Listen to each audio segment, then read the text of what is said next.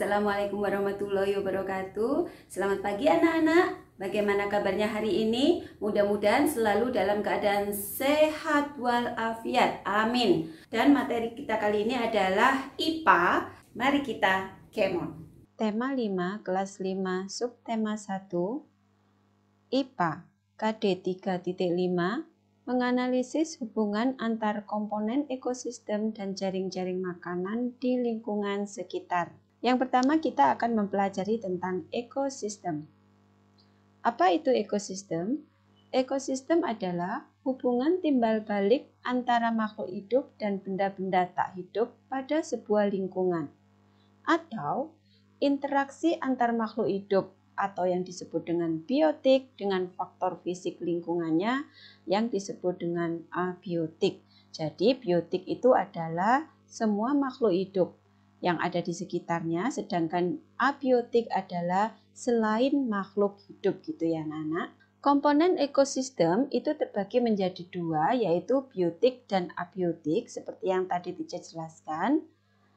Biotik itu berupa makhluk hidup ya atau organisme, contoh manusia, hewan, dan tumbuhan. Sedangkan abiotik itu berupa semua bahan yang tidak hidup, contoh tanah, air, matahari, udara, energi, dan lain sebagainya. Komponen biotik itu terbagi menjadi 4 bagian, yaitu produsen, konsumen, dekomposer, dan detritivor. Produsen adalah organisme yang bersifat autotrof atau yang mampu menyediakan makanan sendiri melalui pengubahan bahan anorganik menjadi bahan organik dengan bantuan energi matahari dan kimia. Contohnya adalah tumbuhan hijau daun. Sedangkan konsumen adalah organisme yang bersifat heterotrof atau yang tidak bisa membuat makanannya sendiri. Contohnya adalah manusia dan hewan. Sedangkan dekomposer atau pengurai adalah organisme heterotrof yang menguraikan bahan organik dari organisme mati, contoh bakteri dan jamur. Sedangkan detritivor adalah organisme yang memanfaatkan serpian organik padat atau detritus sebagai sumber makanan, contohnya adalah cacing dan luwing. Satuan makhluk hidup yang ada dalam ekosistem. Yang pertama adalah individu. Kedua adalah populasi, yang ketiga komunitas, dan yang keempat adalah lingkungan. Apakah individu itu? Individu adalah makhluk hidup tunggal, contohnya seekor burung, sebatang pohon cemara, dan lain-lain.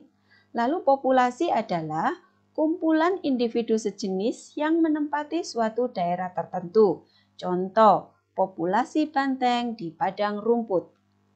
Komunitas adalah kumpulan beberapa populasi makhluk hidup di suatu daerah tertentu. Contohnya adalah komunitas padang rumput. Sedangkan lingkungan adalah segala sesuatu yang berada di sekitar makhluk hidup. Contohnya adalah biotik dan abiotik. Jadi individu itu adalah yang paling kecil kemudian meningkat menjadi populasi. Jadi populasi itu adalah kumpulan dari individu-individu. Sedangkan komunitas adalah sekumpulan dari populasi dan lingkungan adalah sekumpulan dari komunitas yang berupa biotik dan abiotik. Jenis-jenis ekosistem. Ekosistem berdasarkan jenisnya dibagi menjadi dua, yaitu alami dan buatan. Yang alami yaitu terdiri dari air dan daratan. Air adalah ekosistem air tawar dan air asin. Sedangkan yang daratan dapat berupa hutan, sabana, yaitu terdiri dari berbagai serangga dan mamalia, contohnya zebra dan singa. Ini yang hewannya. Sedangkan padang rumput itu biasanya dihuni oleh bison, singa, anjing liar, serigala, gajah, jerapah, kanguru, dan ular. Kemudian gurun biasanya dihuni oleh hewan-hewan semut, ular, kadal, kalajengking. Tundra itu biasa dihuni oleh bebek dan angsa, itu pun pada saat hanya musim panas saja.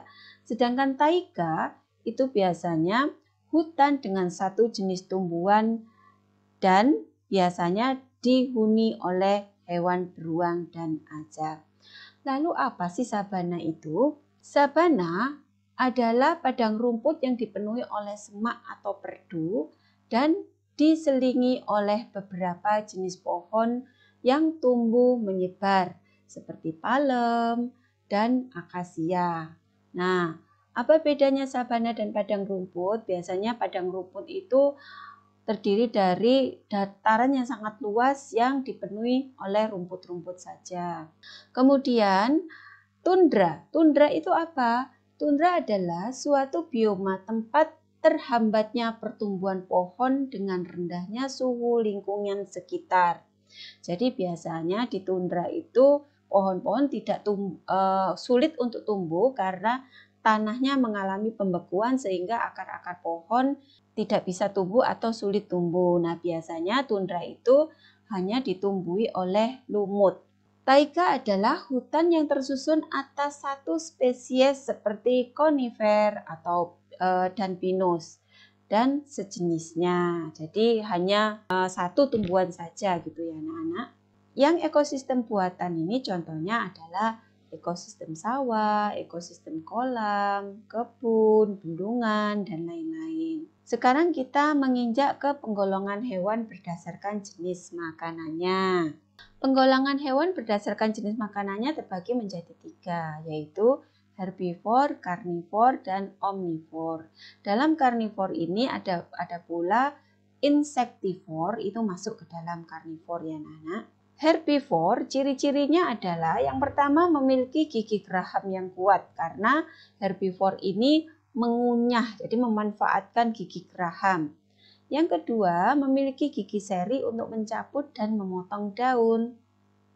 Contoh hewan herbivor adalah sapi, kambing, kerbau, kelinci, kuda, dan lain-lain. Kemudian karnivor, ciri-cirinya adalah memiliki gigi taring yang tajam dan kuat untuk merobek atau mengoyak mangsanya. 2. Memiliki kuku panjang dan runcing untuk menerkam mangsa. 3. Memiliki kemampuan lari, terbang atau berenang yang cepat untuk mengejar mangsa. Contoh hewan karnivor adalah harimau, singa, anjing, buaya, elang, burung hantu, hiu, dan lain-lain. Omnivor, ciri-cirinya adalah memiliki gigi kombinasi dari herbivor dan karnivor, yaitu ada gigi seri, gigi taring, dan gigi geraham. Contoh hewan omnivor adalah tikus, ayam, beruang, bebek, dan lain-lain. Tetapi ayam dan bebek ini tidak memiliki susunan gigi yang telah disebutkan itu ya anak-anak, karena dia mematok.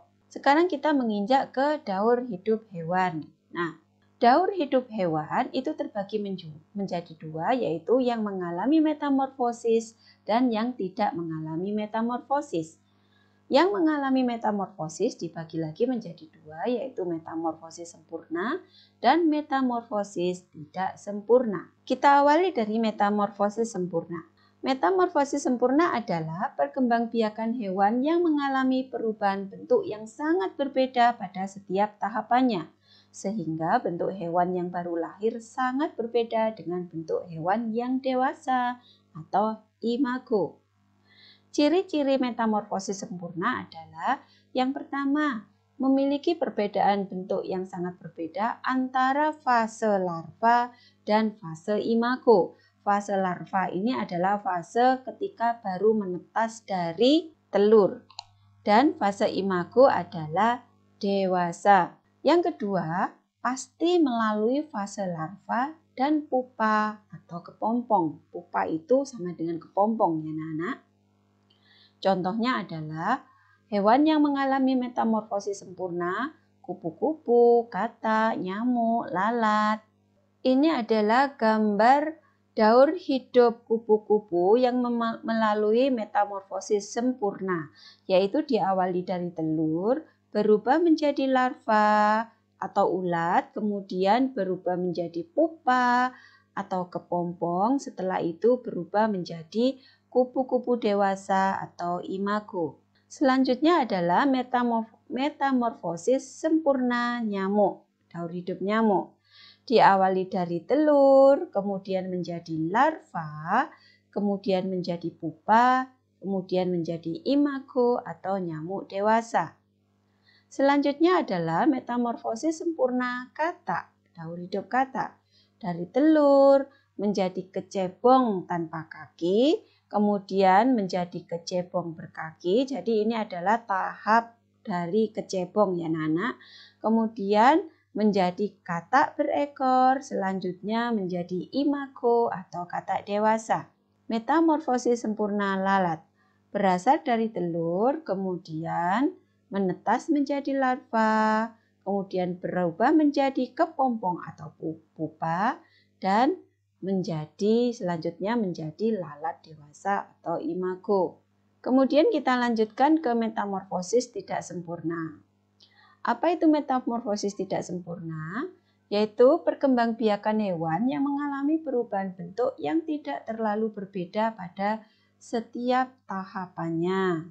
Ciri-ciri metamorfosis tidak sempurna adalah yang pertama, bentuk hewan yang baru lahir dengan imago tidak terlalu berbeda. Yang kedua, tidak melalui fase larva dan pupa atau kepompong. Contohnya adalah kecoa, capung, belalang, walang sangit, kutu loncat, jangkrik. Ini adalah gambar metamorfosis tidak sempurna jangkrik. Dari telur menjadi nimfa dan kemudian menjadi imago. Ini adalah metamorfosis tidak sempurna capung. Dari telur menetas menjadi nimfa, kemudian berubah menjadi imago atau capung dewasa. Ini adalah metamorfosis tidak sempurna kecoa. Dari telur menetas menjadi nimfa, kemudian berubah menjadi imago atau kecoa dewasa. Sedangkan ini adalah metamorfosis tidak sempurna belalang. Dari telur menetas menjadi nimfa, kemudian berubah menjadi imago atau belalang dewasa. Nah, kalau kita perhatikan anak-anak, metamorfosis tidak sempurna itu hanya melalui 3 tahap saja. Sedangkan metamorfosis sempurna itu mengalami 4 tahap ya. Nah, sekarang tugas buat kalian yaitu menggambar daur hidup metamorfosis sempurna, yaitu daur hidup hewan-hewan yang mengalami metamorfosis sempurna. Dengan ketentuan, pilih salah satu hewan yang mengalami daur hidup metamorfosis sempurna. Yang kedua, diberi judul. Yang ketiga, digambar dan diwarnai sebagus mungkin. Yang keempat, dipresentasikan atau diterangkan dan dibuat videonya. Jadi seperti teacher menerangkan.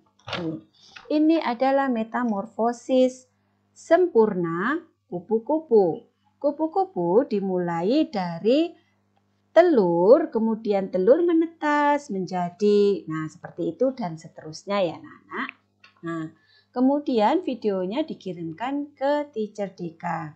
Itu saja dari Teacher anak-anak. Mudah-mudahan kalian selalu semangat dan selalu sehat walafiat.